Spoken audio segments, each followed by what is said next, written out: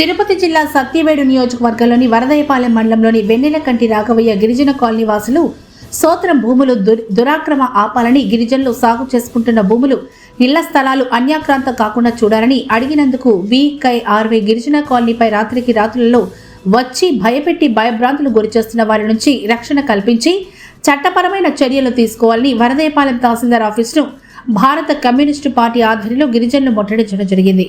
గిరిజనులు ఆ సందర్భంలో ఆఫీసు లోపలికి చొరబడి నినాదాలు చేశారు. ఆఫీస్ సిబ్బంది విజయవాడలో ఉన్న తహసీల్దార్తో సెల్ ఫోన్లో మాట్లాడించి నేనొచ్చి మీ సమస్యను పరిష్కారం చేస్తానని చెప్పి ఫోన్ ద్వారా తెలియజేయడంతో కార్యక్రమాన్ని విరమించడం జరిగింది. ఈ కార్యక్రమంలో సిపిఐ నాయకులు బుర్రా చంద్రశేఖర్, పొన్నేరి బాల గురునాథం కృష్ణమూర్తి, AITUC నియోజకవర్గం కార్యదర్శి చంద్ర, ఆంధ్రప్రదేశ్ రైతు సంఘం జిల్లా కోశాధికారి ధనుంజయులు శెట్టి తదితరులు పాల్గొన్నారు.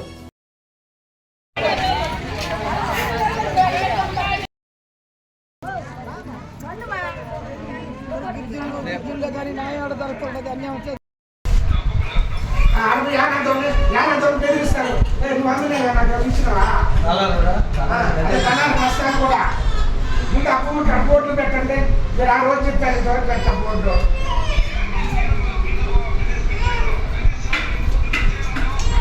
ఇంకేది కాదు సార్, అవసరం అయితే మీరు కలెక్టర్ గారితో పై మాట్లాడి గవర్నమెంట్తో మాట్లాడి దాన్ని చేయాలి సార్. తీసుకెళ్ళి సార్ అవును, దాని మీద చరిత్ర అంతా ఉన్నది. పైన నా దగ్గర చూపిస్తాను. ఒకప్పుడు నేను కూడా కోర్టు పెట్టిపోయాను. రక్షణ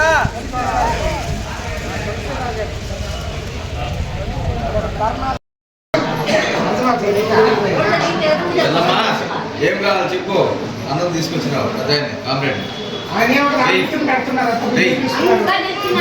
పెద్ద లీడర్ కదా, నువ్వు పెద్ద లీడర్ కదా, చెప్పు అన్న చెప్పి డిమాండ్స్ ఏం చెప్పు.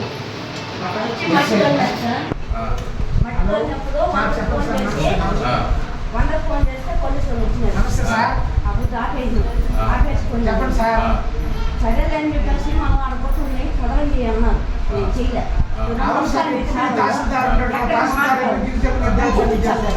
అందుకని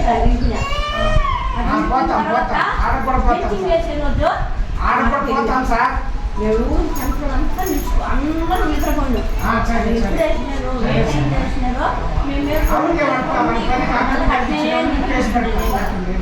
అప్పుడు వచ్చి మా వాళ్ళు ఒక ముగ్గురు వచ్చి టైంలో వలేసిందని పోతారు మా ఊరు పోతే మీకేం లేదు మీరు చెప్పారు కడితే ఇంటి వచ్చేస్తున్నారు పై చేసుకుంటున్నాం కదా, మా సార్లకి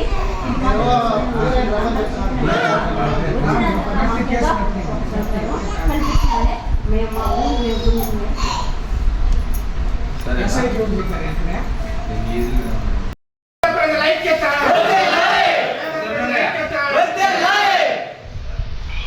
నమస్తే. అదే సార్, అక్కడ VK60 కాలనీలో భూములు గిరిజనులకి ఎప్పుడో VK ఆయన పేరుతో ఇచ్చారు కదా, వెన్నెలకంటి రాఘవయ్య పేరుతో రామచంద్రారెడ్డి గారు ఉన్నప్పుడు ఇచ్చారు. మేమంతా తిరిగాము. కానీ ఇప్పుడు వాళ్ళు ఎవరో కొంతమంది గిరిజనులు ఖాళీగా పెట్టిన దాంట్లో వచ్చి బిల్డింగ్లు కట్టేసి ఆఖరికి గిరిజనులు ఎవరున్నారు ఉండే పద్ధతుల్లో యాక్టివిటీస్ దానికి మీరు చూస్తా గమనున్నారు.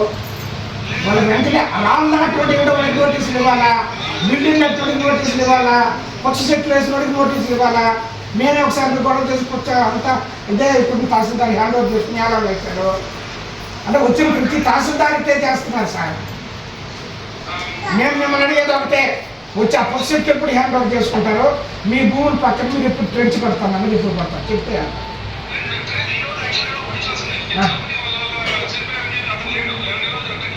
అవును, మీ విఆర్ ఏ సార్, మీ విఆర్ వాడు ఇల్లు కట్టుకుంటాడు, మీ విఆర్ అక్కడ స్థలం ఆక్రమించుకొని పక్షి చెట్లు ఇస్తాడు.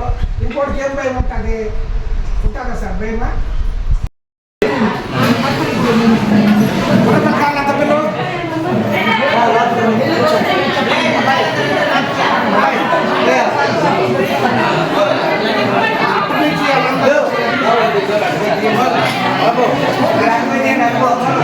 Babu,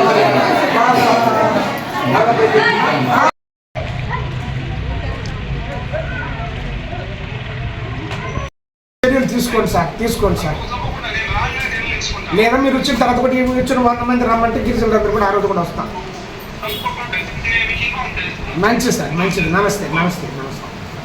సరే ఇచ్చేది బయట పోదాం,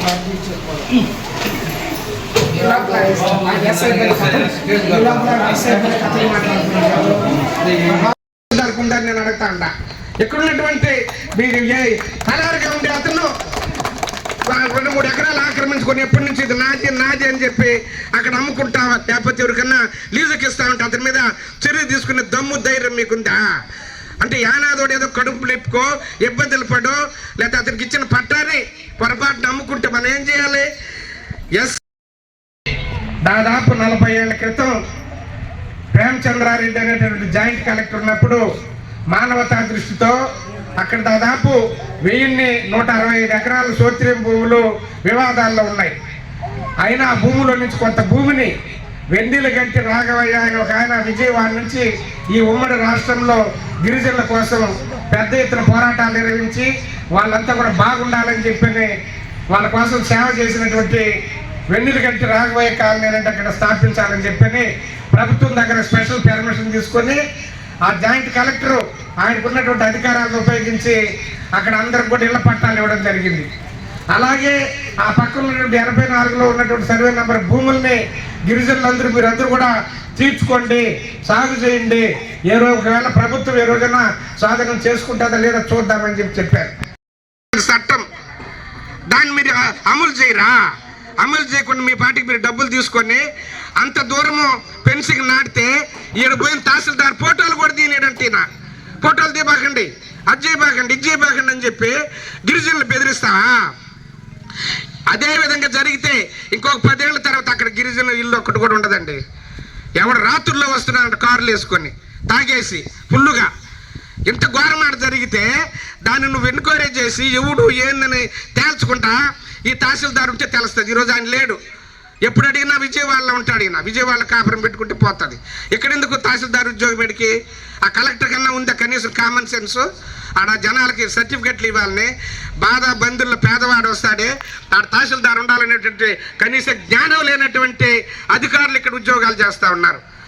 మేము అదే అడుగుతా ఉన్నాం. ఈరోజు అక్కడ 10 ఎకరాల్లో ఆకాశాన్ని అనేటువంటి పరిస్థితి ఆడ వచ్చింది. అక్కడ మీరు ఏం చేశారంటే ఆ రోజు ఆయన అందరు ఎక్కడెక్కడ దూర ప్రాంతాల్లో ఉన్నటువంటి వాళ్ళు, ఇల్లు లేనటువంటి వాళ్ళు, పుచ్చినాడికెందుగా, సత్తివేడు, తడ, ఎరుగలము ఆ ప్రాంతాల్లో ఉన్నటువంటి గిరిజనులందరూ కూడా పిలిపించుకొని మీరందరూ ఇల్లు కట్టుకుని హాయిగా ఉండండి, జీవించండి అని చెప్పారు. సమాజంలోనే చాలా అట్టడుగులో చాలా పీడనకు గురైనటువంటి గిరిజనులందరూ కూడా బాగుపరచాలనేటువంటి ఒక సదుద్దేశంతో ఈ పని చేస్తే ఈరోజు అక్కడ ఉన్నటువంటి వాళ్ళు భూములు అమ్మేశారు, ఇళ్ళు కట్టేశారు అని చెప్పి ఇక్కడ ఉన్నటువంటి అధికారులు అందరూ కూడా రెవెన్యూ అధికారులు చెప్తున్నారంట. ఈరోజు అక్కడ ఏమైందంటే గిరిజనులు ఒకరు ఉంటే ఇల్లు కట్టుకుని ఖాళీగా ఉంటే కూడా పెత్తందారు వచ్చేది, అక్కడే ఉన్న ఒకరిని పట్టుకుని ఆ భూములు కొనుక్కునేది, ఆ భూముల్ని ఆయన అక్కడ బిల్డింగ్లు కట్టేసి అంత బాడుగులకు ఇచ్చేది. గిరిజనులు ఏమైనా మాట్లాడితే వాళ్ళు బెదిరించేది. గిరిజనులు ఏదో చదువు సంధ్య లేకుండా ఎక్కడో అడవుల్లో తంగ పెట్టుకొని గోసిపాతి పెట్టుకొని గుడ్డలు సరిగ్గా లేకుండా జీవించేటటువంటి వాళ్ళు ఈరోజు నాగరికం నేర్చుకోవాలి, మేము కూడా సమాజంలో మనుషులుగా బతకాలని రావాలని చెప్పిన ఆ రోజు ఒక సదుద్దేశంతో ఈ వెన్నెలగంటి రాఘవయ్య అనేటువంటి పేరుతో ఈ కాలనీ సృష్టిస్తే ఈనాటికి ఏమైందంటే కొంతమంది పెత్తందారులు డబ్బులు ఉండేవాళ్ళు వీళ్ళందరూ కూడా అక్కడ ఉన్నటువంటి భూములు కాజేసి వాళ్ళ ఇళ్ల పట్టాల్లో కూడా ఇల్లు కట్టేసి తర్వాత అక్కడ ఉన్న సోత్రి భూములు అక్కడక్కడ తీర్చుకుంటా ఉంటే అధికారులు సరే గిరిజనులే కదా తీర్చుకొని అని చెప్పని వాళ్ళని ఇస్తే ఆ భూములకి అంతా కూడా ఈరోజు మట్టి దోలేసి రాజకీయ పలుకుబడులు పెట్టుకొని ఇవన్నీ చేస్తా ఉన్నారు. ఈరోజు నిన్న కాక మొన్న ఏదో రాళ్ళు నాటారు. ఈయన ఏం మాట్లాడుతున్నాడంటే ఏదా మీరంతా అమ్మితే కదా వాళ్ళు ఇవాళ బిల్డింగ్లు కట్టారా అని అంటున్నాడు.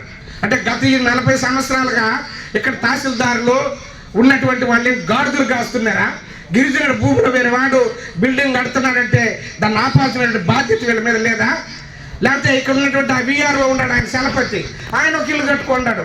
ఇంకొక ఆయన తలారు ఉన్నాడు, ఆయన ఒక 3 ఎకరాలు ఆక్రమించుకుంటాడు. వాళ్ళు లీజులకు ఇస్తారు, బాడుగులకు ఇస్తారు. వచ్చిన రెవెన్యూ అధికారంతా ఎవడన్నా పోయాడా 10 ఎకరాలు 20 ఎకరాలు ఆక్రమించుకొని ఈ పచ్చి చెట్లు వేస్తే వాడి దగ్గర డబ్బులు గుంజుతారు. అవినీతికి పాల్పడి ఇట్లా తప్పుడు పనులు చేసేవాళ్ళు. ఇదేనా వేలాది రూపాయల జీతాలు తీసుకున్నటువంటి తహసీల్దారులు, ఈ అధికారులు గిరిజనులకు రక్షణ కల్పించి వాళ్ళ పోరాటాలు చేస్తా లేకపోతే వాళ్ళు ఏదైనా ఇబ్బంది చేస్తా ఉంటే మీరు భూమిని అమ్మద్దండి, మీ భూమిని మీరు పెట్టుకోండి అని చెప్పేటటువంటి సత్తా లేకపోతే అలాంటి స్తోమతలకు లేదా?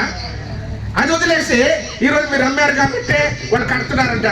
లేకపోతే అక్కడ ఈరోజు దురాక్రమణకి పాల్పడుతున్నటువంటి వ్యక్తుల మీద కేసు పెట్టేటువంటి పరిస్థితి మీకు ఉందా లేదా?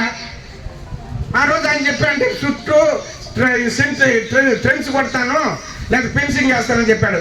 ఇప్పుడు కాదు, 10 ఏళ్ల ముందు కలెక్టర్ వచ్చి చెప్పాడు మా దగ్గర ఆ భూములంతా కూడా పేదలకు పంచాలని చెప్పి మేము పోరాటం చేస్తే మా మీద కేసు పెట్టి జైలుకు పంపించి కోర్టులు చుట్టూ తిప్పి ఆఖరి కోర్టు ఆ కేసును కొట్టేసింది. అప్పటి నుంచి ఉన్నటువంటి అధికారులు అవినీతికి పాల్పడి అక్రమాలకు పాల్పడి